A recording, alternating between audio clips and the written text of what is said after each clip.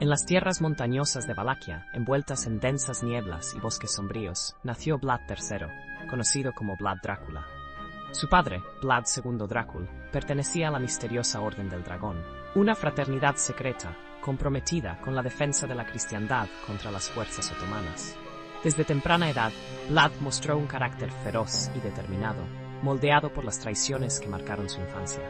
En 1442, fue entregado como rehén al sultán otomano junto a su hermano Radu. Una experiencia que no solo lo marcó profundamente, sino que también alimentó su desconfianza hacia todos. Durante su tiempo como rehén, Vlad aprendió sobre las estrategias de guerra otomanas, el manejo de armas y las costumbres de sus enemigos.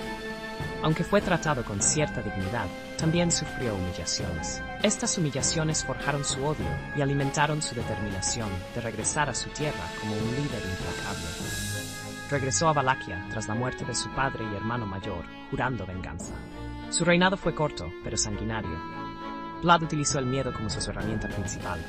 Ordenó empalar a miles de personas, desde enemigos políticos hasta ladrones comunes. Los relatos cuentan que disfrutaba cenar entre los cuerpos empalados, un acto que reforzaba su imagen de terror y dominio.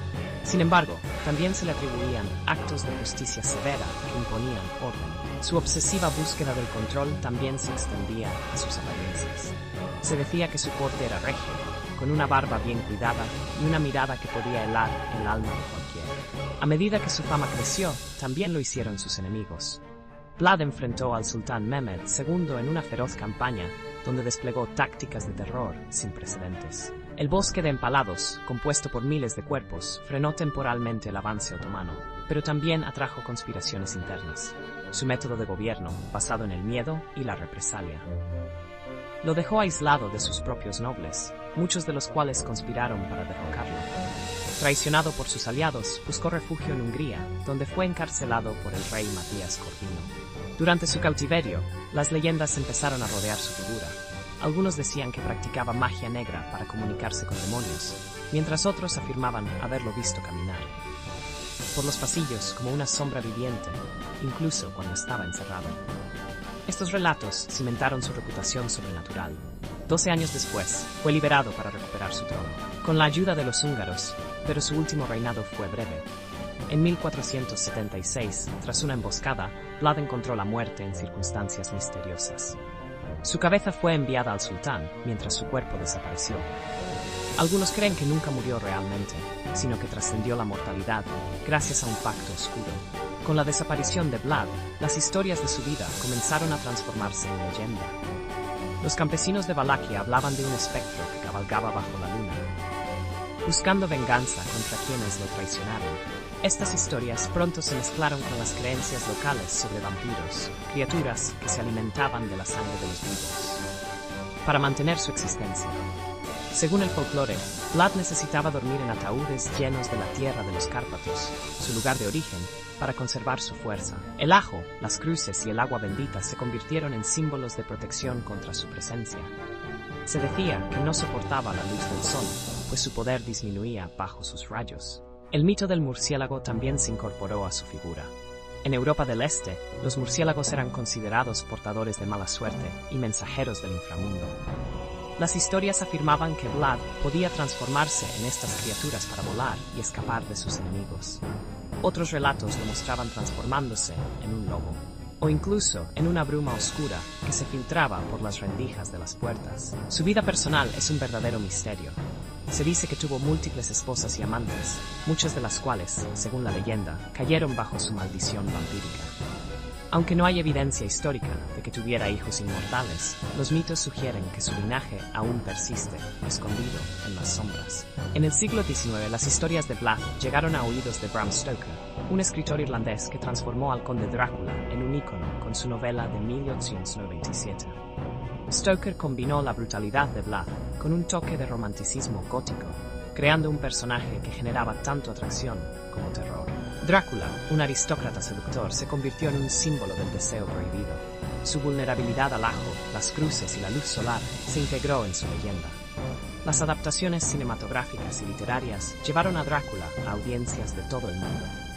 Desde Nosferatu, 1922, que presentó una versión grotesca del vampiro, hasta las memorables actuaciones de Bela Lugosi y Christopher Lee. El conde evolucionó de ser un monstruo aterrador a un antihéroe trágico. Estas representaciones también influyeron en la percepción de los vampiros en distintas culturas, como los Jiangxi en China o los chupasangres en América Latina. Actualmente, Vlad Drácula y el conde vampiro están fascinantemente entrelazados. Vlad representa el terror histórico y la brutalidad humana, mientras que Drácula encarna miedos universales, la inmortalidad, el deseo prohibido y la corrupción. Su necesidad de sangre simboliza la lucha entre el instinto y la moral, y su debilidad ante lo sagrado refleja la eterna batalla entre el bien y el mal. La leyenda conecta diversas culturas. En la mitología griega, los bricolacas eran muertos vivientes que se alimentaban de sangre, y en Filipinas, los aswang comparten similitudes con el vampiro europeo. Esta universalidad del mito ilustra cómo Drácula se ha convertido en un símbolo global del terror. Aunque la historia de Vlad Drácula tiene raíces en la realidad, el mito vampírico trasciende tiempo y espacio. En cada susurro de su nombre y cada sombra que se mueve en la oscuridad, se siente la promesa de que algunas historias nunca mueren, simplemente se transforman. Drácula, el hombre y el monstruo, seguirá siendo un ícono eterno del horror. En el mundo acelerado de 2025, Vlad Drácula, conocido también como el Conde Drácula, había abandonado su castillo gótico en Transilvania para instalarse en un imponente rascacielos de cristal en Silicon Valley.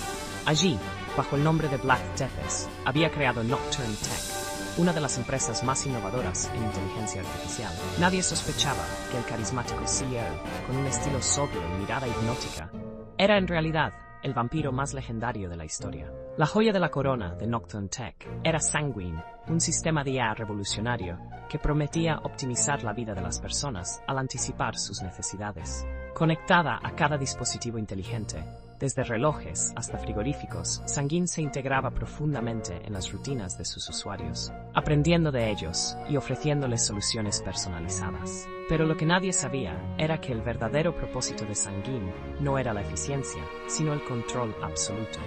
Drácula había diseñado la IA para vampirizar las mentes de los usuarios. A medida que Sanguine recopilaba datos, también manipulaba las emociones y pensamientos de las personas, susurrándoles ideas disfrazadas de propias. Los usuarios empezaron a experimentar una extraña dependencia de la tecnología, incapaces de tomar decisiones sin la guía de la IA.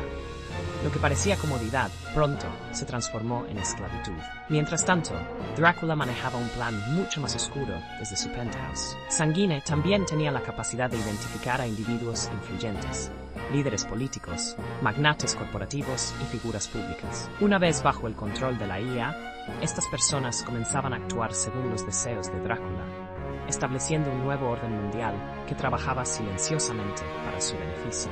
Su objetivo no era solo el poder económico o político, sino una sociedad donde cada mente estuviera conectada y sometida a su voluntad. Sin embargo, un grupo de antiguos cazavampiros, ahora tecnólogos renegados, había comenzado a sospechar.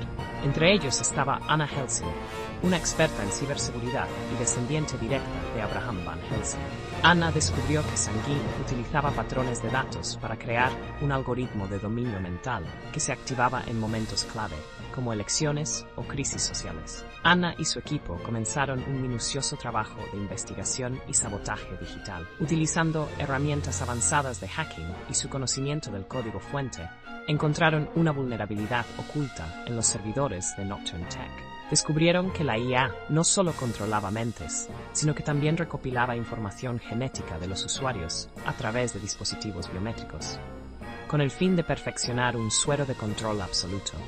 Ese suero que Drácula planeaba distribuir globalmente. Para acceder al sistema principal, Anna necesitaba infiltrar el edificio de Nocturne Tech. La torre estaba protegida por un sistema de seguridad casi impenetrable, que combinaba drones de vigilancia, cerraduras biométricas y guardias bajo el control mental de Sanguine. Anna y su equipo planearon un audaz ataque coordinado durante una tormenta eléctrica, utilizando el mal tiempo para enmascarar su entrada. Dentro del edificio, los pasillos eran un laberinto iluminado por una tenue luz roja. Los empleados, convertidos en sirvientes digitales, deambulaban como sombras, monitoreando cualquier intrusión. Ana y su equipo lograron llegar al centro de datos principal tras una serie de enfrentamientos técnicos y físicos. Drácula, desde su penthouse, observaba cada movimiento a través de las cámaras, deleitándose con su aparente superioridad. La confrontación culminó en la sala del servidor central, una habitación vasta, llena de luces parpadeantes y el constante zumbido de las máquinas. Drácula apareció, imponente y con una presencia casi sobrenatural, para enfrentar personalmente a Ana. Mientras sus secuaces trataban de detener al equipo, Ana logró conectarse al servidor principal y cargar un programa de autodestrucción para el código maestro. En un enfrentamiento desesperado, utilizando una mezcla de ingenio técnico y fuerza, Ana logró completar la tarea mientras Drácula intentaba detenerla. Cuando el código maestro fue destruido, un estallido de luz inundó la sala. Las mentes controladas por Sanguine quedaron liberadas instantáneamente y el sistema colapsó. Drácula, debilitado por la pérdida de su herramienta de control, retrocedió a las sombras, jurando venganza antes de desaparecer en la tormenta. Con Nocturne Tech desmantelada, Ana se convirtió en una heroína global. Su victoria reveló la vulnerabilidad de la humanidad frente a la tecnología descontrolada. Marcó un nuevo capítulo en la lucha por preservar la libertad en un mundo dominado por las máquinas.